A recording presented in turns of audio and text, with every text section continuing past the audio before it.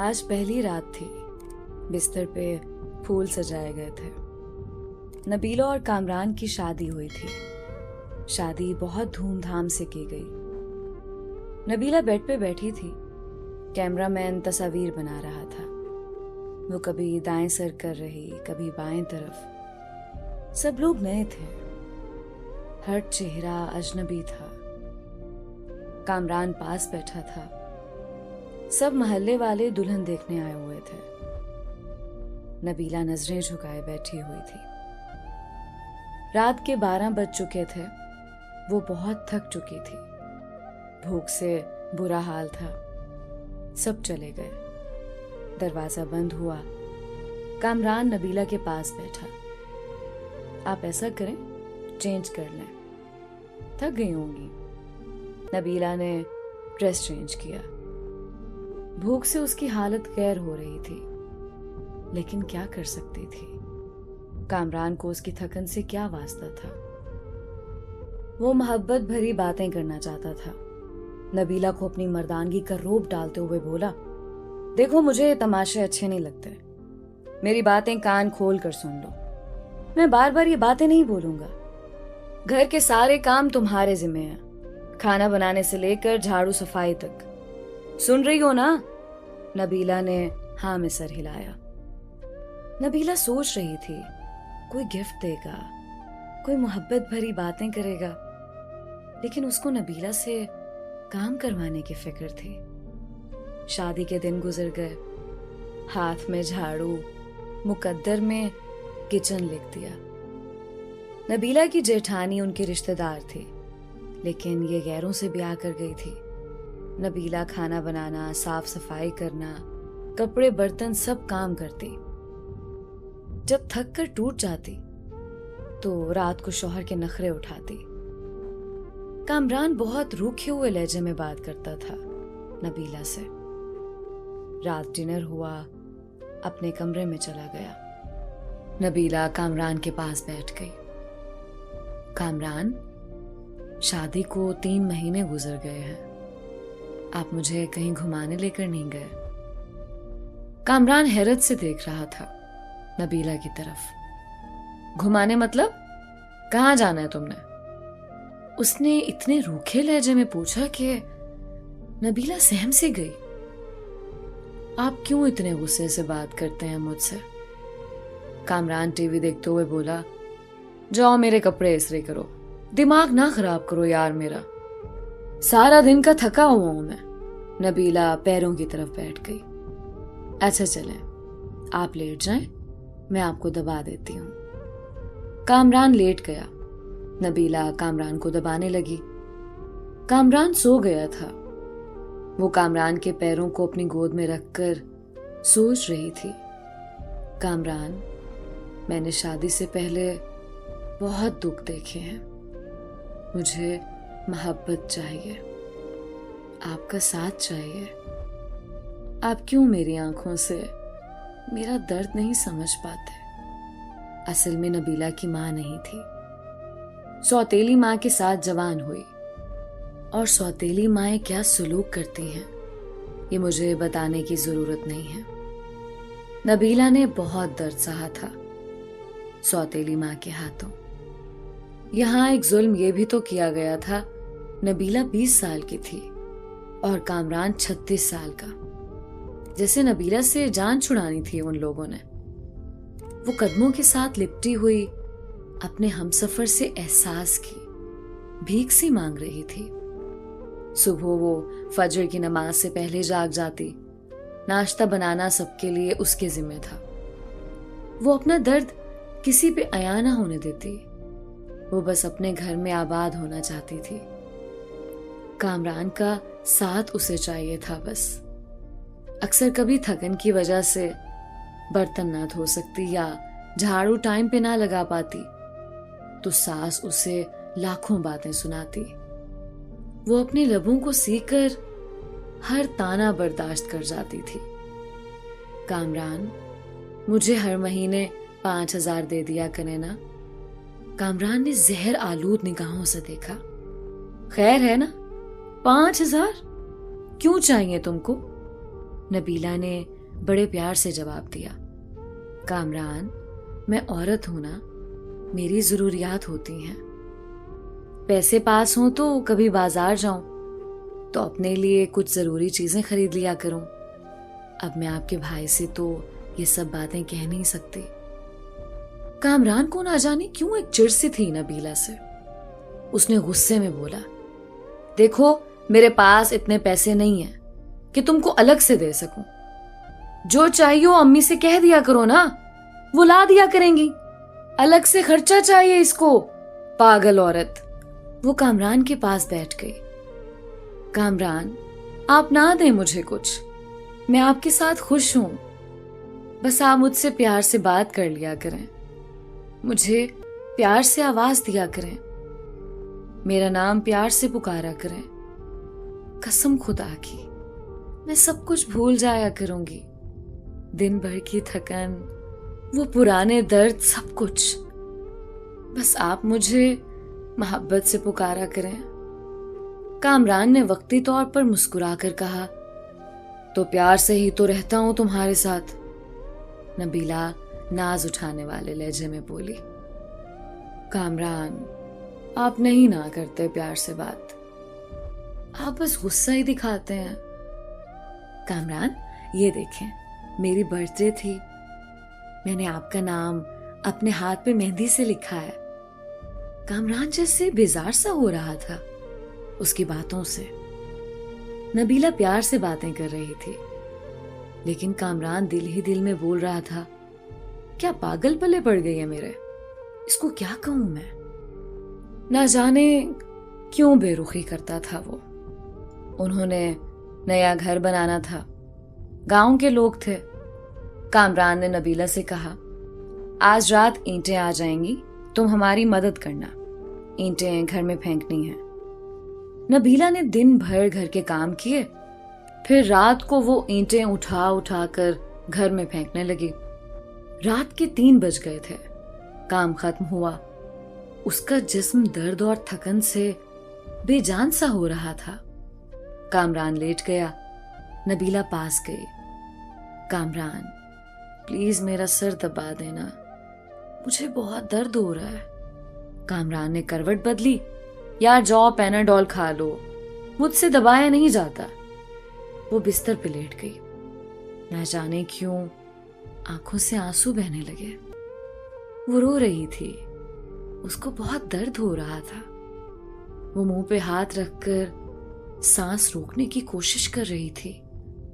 कामरान पास सोया हुआ था। वो दर्द से सो ना सकी। फजर की आजान होने लगी। उसकी आंख लग गई। वो सोई हुई थी कि सास गालियां दे रही थी। मैडम सोई हुई है, शर्म ही नहीं है, टाइम देखो। कामरान भी बरहम हुआ। वो उठी। कामरान गुस्से में था। शर्म है तुमको?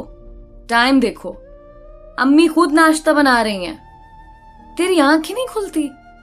नबीला क्या कहती जब कामरान को फर्क ही नहीं पड़ता था।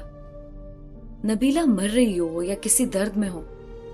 वो खामोश हुई, किचन में चली गई। सारा काम किया। उसकी हालत काफी खराब थी। उसने किसी से कुछ ना कहा। शादी को 3 साल गुजर गए थे, लेकिन औलाद नहीं थी। उन 3 सालों में कोई ऐसी सांस नहीं थी जब कभी सुकून पाया हो। नए घर का काम शुरू किया। वो मजदूरों की तरह काम करने लगी। दिन भर सबके लिए खाना बनाती, फिर कभी ईंटें उठा कर देती तो कभी मिट्टी उठा रही होती। 4 महीने उसने मजदूरी की। घर तैयार हुआ। कामरान के साथ रहते हुए वो कामरान से दूर थी। कामरान उससे दूर रहने लगा। दिन की दूरी से रातों की दूरियां भी बढ़ने लगी थीं। औलाद ना होने के ताने देने लगे। एक डर सा उसे सताने लगा। कामरान तो पहले ही उसे दुख देता था, लेकिन अब औलाद ना होने के ताने। उन दिनों कहीं उससे छुपकर कामरान की दूसरी शादी की बातें होने लगी। वो सबके रवैये समझ रही थी कि कुछ तो गलत हो रहा था, नबीला एक नौकरानी से बढ़कर कुछ ना थी। वो लबों को सिए बैठी थी। उसको एक खौफ था, कहीं कामरान मुझे दूर ना कर दे। लेकिन जेठानी की छोटी बेटी ने बताया, आंटी नबीला, मम्मा कह रही थी कामरान चाचू की शादी करनी है, नई आंटी लेकर आनी है। नबीला समझ चुकी थी कोई कयामत टूटने वाली है, लेकिन वो खामोश थी। कामरान कमरे में बैठा चेहरे पे करीम लगा रहा था। नबीला पास गई। आजकल बहुत करीम लगा रहे हैं, बड़े सोने लग रहे हैं आप। नबीला कामरान के कंधे पे सर रख कर बता रही थी, कामरान आप खुश रहें हमेशा। मैं नमाज पढ़कर आपके लिए बहुत दुआएं मांगा करती हूँ, आपकी जिंदगी की दुआ मांगती हूँ। आपके साथ ही तो मेरा सब कुछ है। जैसे वो एक दर्द दिल में छुपा कर खुद को समझा रही हो कि कामरान मुझे कभी नहीं छोड़ेगा। और फिर वो दिन आ गया। लड़की वाले कामरान के घर आए। सास ने सख्ती से कहा, खाना बनाओ और अपने कमरे में चली जाओ, सामने ना आना मनहूस। वो इतनी बेरुखी समझ रही थी। उसने शादी के बाद एक काम सीख लिया था, दर्द को छुपाना, खामोशी से रोना और बेपनाह गिले लेकिन शिकवा ना करना। वो वापस पलट कर देखती तो सौतेली माँ थी जो उसे वापस कबूल ना करती।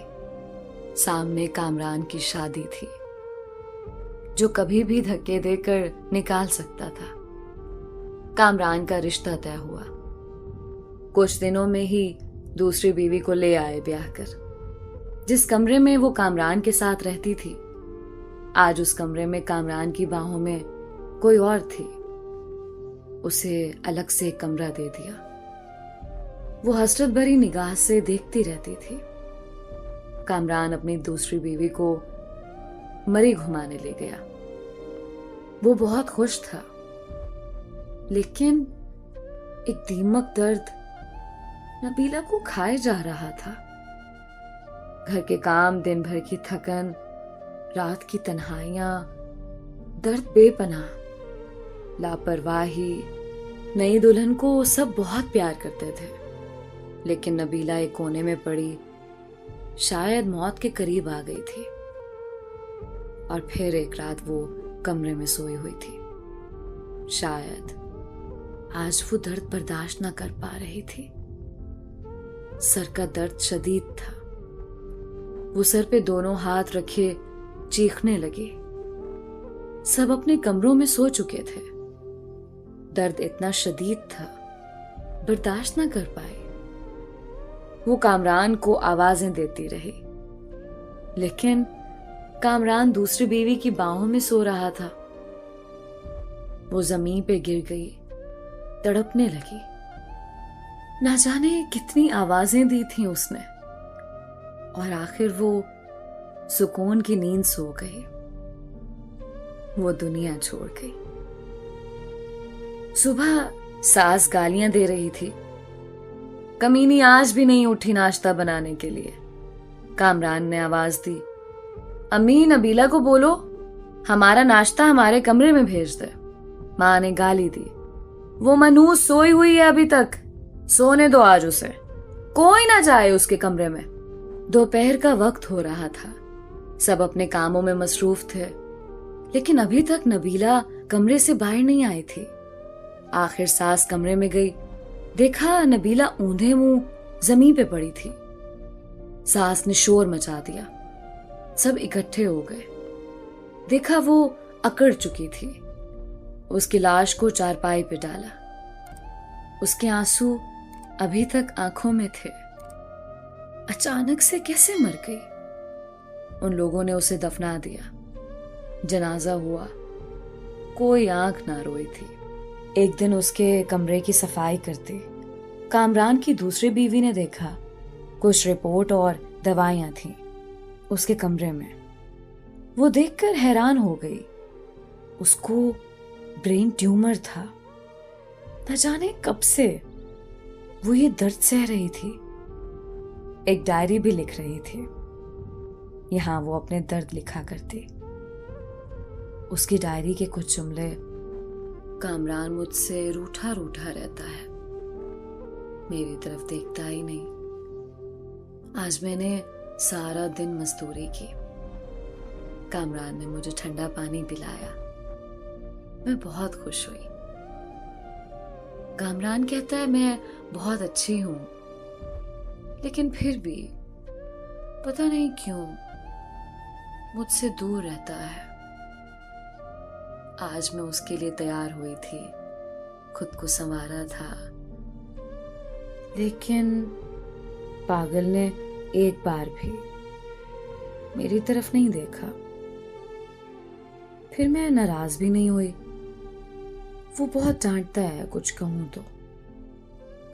मुझे जानलेवा बीमारी है, लेकिन मैं कामरान को नहीं बताऊंगी, वो परेशान हो जाएंगे। हमारा घर बनकर तैयार हो गया है, मैंने अपना कमरा बहुत सजाया है। कामरान की शादी कर रहे हैं, मुझे घर से निकाला तो कहाँ जाऊंगी मैं? मेरा तो कोई है भी नहीं, बस नौकरानी बनकर मरने तक यहीं रहूंगी। कामरान अपनी दुल्हन से बहुत प्यार करता है। उसे बर्गर ला कर दिया, मैंने कहा मुझे भी ला दो। कहता है तुम बर्तन धो जाकर, दिमाग ना खराब करो मेरा। मैंने बर्गर ही तो मांगा था। आज सुबह से मेरी सांस रुक रही है, ऐसे लग रहा है मेरा वक्त करीब आ गया है। काश कामरान की बाहों में मर सकती, काश कामरान मेरा दर्द समझता, मुझे सीने से लगाता, सुकून से मर जाती। कामरान, आप कभी मेरी ये डायरी पढ़ें तो खुद को मेरी मौत का जिम्मेदार ना ठहराना। बहुत प्यार करती हूं आपसे, बस नसीब से हार गई। शायद मेरी किस्मत में खुशियां नहीं लिखी। और हाँ पागल, एक बर्गर ही तो था। कंजूस, तो मुझे ला देते तो क्या हो जाता? डांटने की क्या जरूरत थी? अपनी दूसरी बीवी का ख्याल रखना। मैं तो नहीं होंगी, जब आपके यहाँ औलाद हुई ना, तो मेरी कब्र पे जरूर आना एक बार। तुम्हारी नबीला। मुझे बहुत दर्द हो रहा है, अब लिखा भी नहीं जा रहा कामरान। दिल चाह रहा है आपके पास आ जाऊं, लेकिन के बाद सब कुछ अधूरा रह गया। नबीला खामोशी से मर गई। कामरान डायरी पढ़कर बहुत रोया, लेकिन अब रोने का क्या फायदा था? वो बेचारी ना जाने कितना रोई थी। उसकी कब्र पे कदमों की तरफ बैठकर माफी मांगने लगा, लेकिन अब माफी मांगता या कुछ भी करता, वो कहां लौट कर आने वाली थी।